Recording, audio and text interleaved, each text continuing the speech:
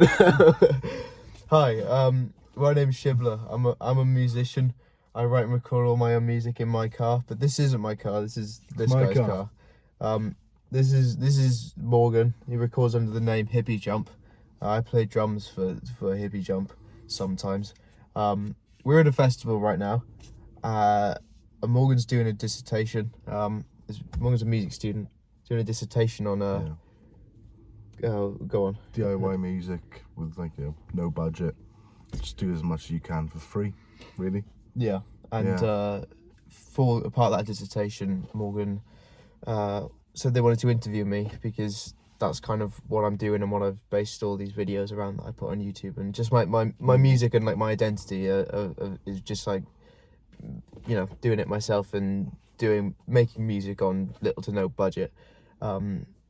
So I didn't really have an upload planned for the end of this week, and we're getting back from this festival on Sunday, so I wouldn't have really had time to put anything together. So I thought it would be nice to record us doing this interview. But yeah, I just thought that there might be some value in just two musicians who aren't successful by any measure, just talking about talking about doing it ourselves and how it doesn't work. It doesn't work, and you'll die at 27. I was just wondering though, like, what made you start doing DIY music? You know, because you were in college before and you had you had access to a studio. Yeah. Everyone else around you doing that sort of. Yeah. It was a thing of like when I was in college, and I did a full-time music course in college, and I had access to all sorts. You know, I had access to a studio for like 2 years. I remember when I joined college, I joined because I wanted to learn how to produce music, but I felt like when I got there, everybody already had like a leg up on me, and it felt like they knew what they were doing, and I felt like I never really caught up. After I left college and the band that I was in had dissolved, and I didn't really have like an outlet anymore, I just kind of got like the bug, really. I just got a craving. It was kind of I can't really explain it, but it was just I had logic. I had logic because, you know, I bought it to do, you know, for coursework with college. I had an audio interface because I used to I was like 13, 14, used to do like bass covers on YouTube. So I had an audio interface. And I was just like, yeah, fuck it, let's have a go at it. And I had a microphone. I had bought a microphone years before, kind of when I started college, with intent to start making my own music, but I'd always just record stuff around the house, and it always just sounded shit. And then one day I just kind of like got pissed off with how it was sounding, because I don't have much time like home alone anyway, because you know, I live with my parents and my dad works from home. So one time I like set everything up and I like actually got a decent recording going, and then my parents like walked through the door and ruined the recording, just, you know, because it was, you know, it just happens. Yeah, it just happens, like, doesn't it?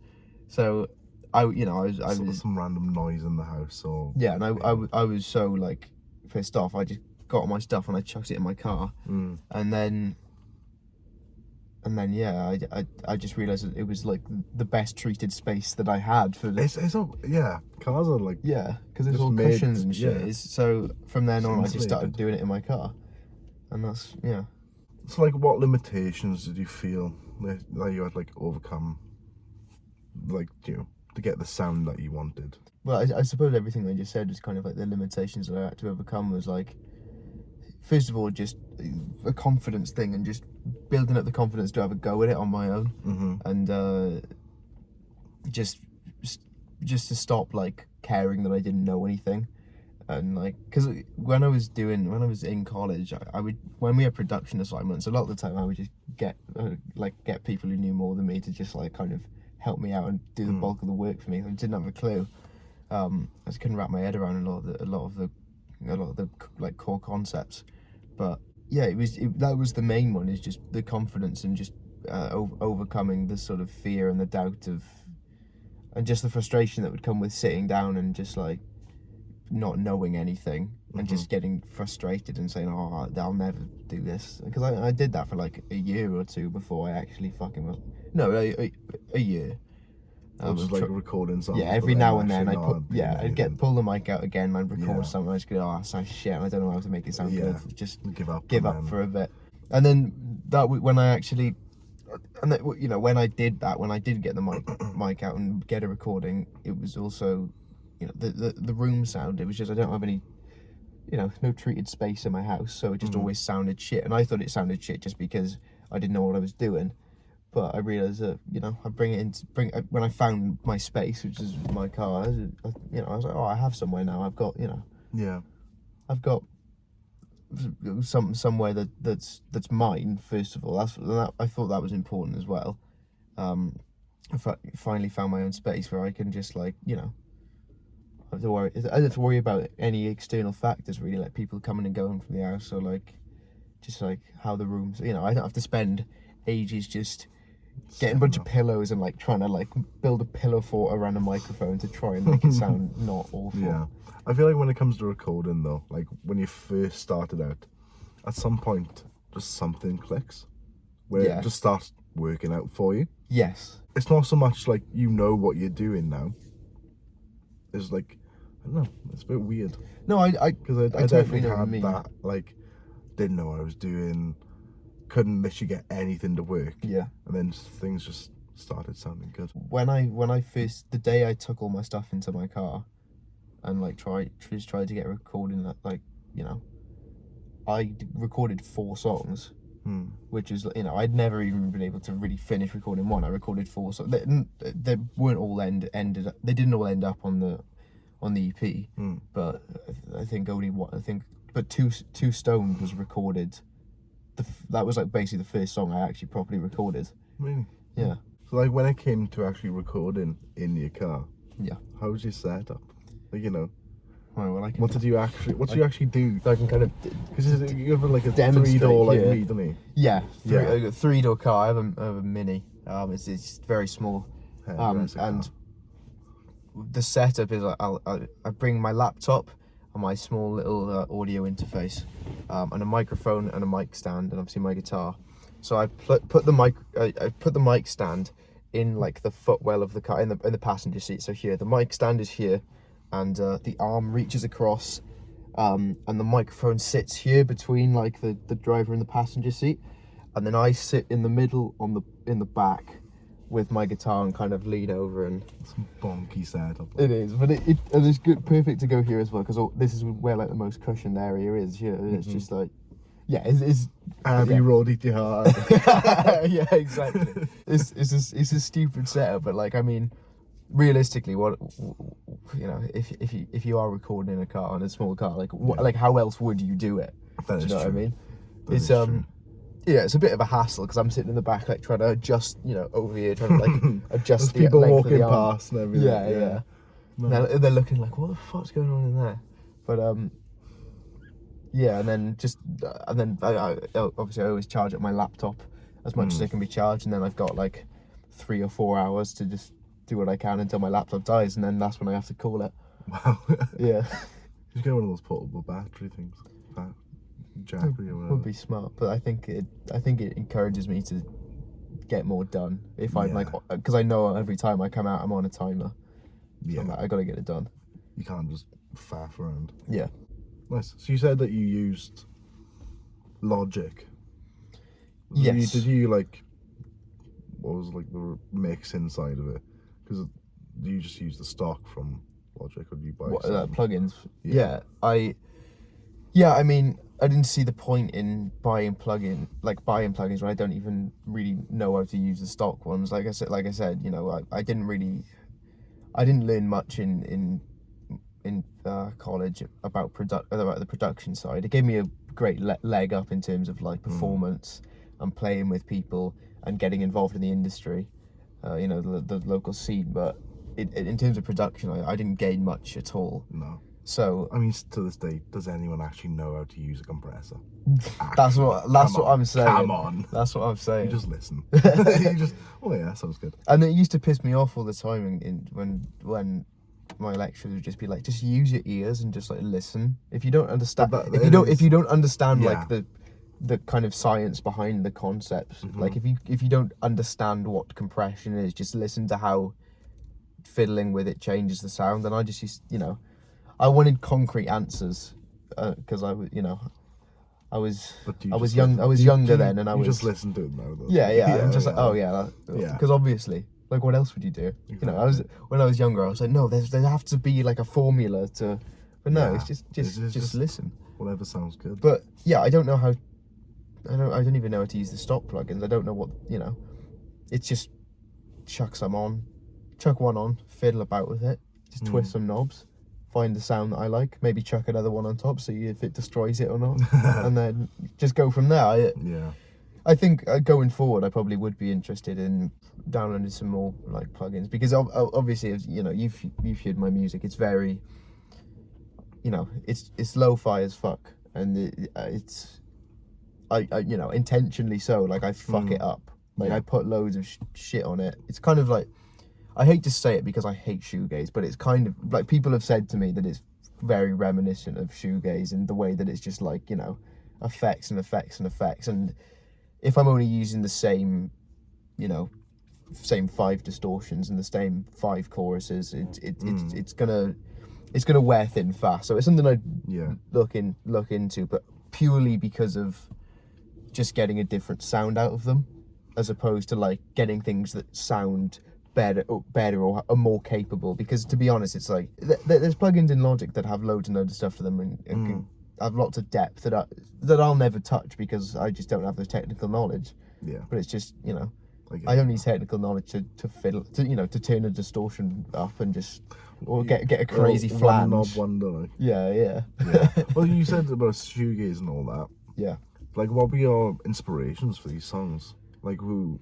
Just generally, like I'm always drawn to music that you can hear where it was recorded in a way. There's something that's very interesting to me about a song. You listen to a song and you can hear the room that it's recorded in, and you can hear things rustling in the background and like a door opening and closing at some point. I love that shit, and I think my main inspiration is a band called Ween. Their first 3 studio albums are all like recorded on 4-track recorders, 4-track tape recorders, and you can hear the room that music is recorded in, and you can hear them like having fun when they're recording it. You can hear background sounds, and you can hear them like laughing at some points, like just like in the middle of a take, and it's just stuff like that I find really fascinating, because it bridges that disconnect between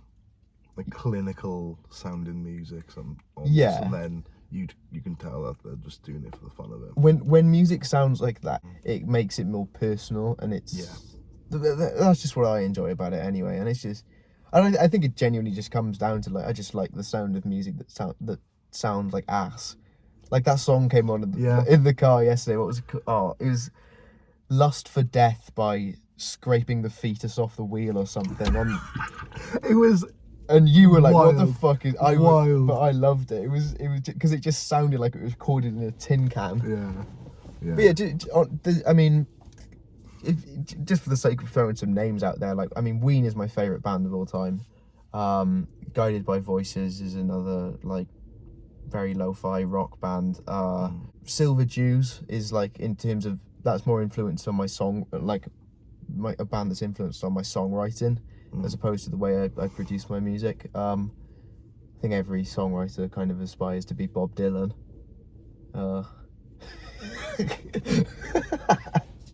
Not this guy.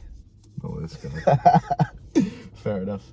So like you mentioned before that you only use stock plugins and everything, and obviously you had all the stuff that you already had and used your car. Yeah. What was like your budget for the whole EP? When I was making it, it's nothing money I didn't like think about. I didn't think about spending a penny on it really, outside of what I already had. It's a bit dishonest to say that I had no budget, because obviously all the equipment that I used, petrol for just yeah, driving, and the car as well. It's, you know, it wouldn't be honest to say that I had no budget, but it's stuff that I already had lying around. But in terms of like the value of the equipment that I had, you know, got a guitar. The guitar was a gift from an uncle that passed away.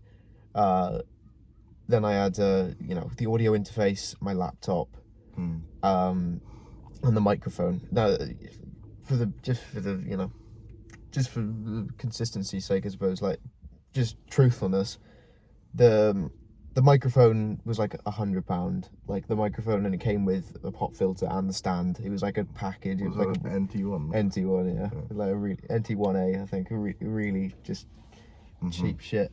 Focusrite Scarlett, that's another 100.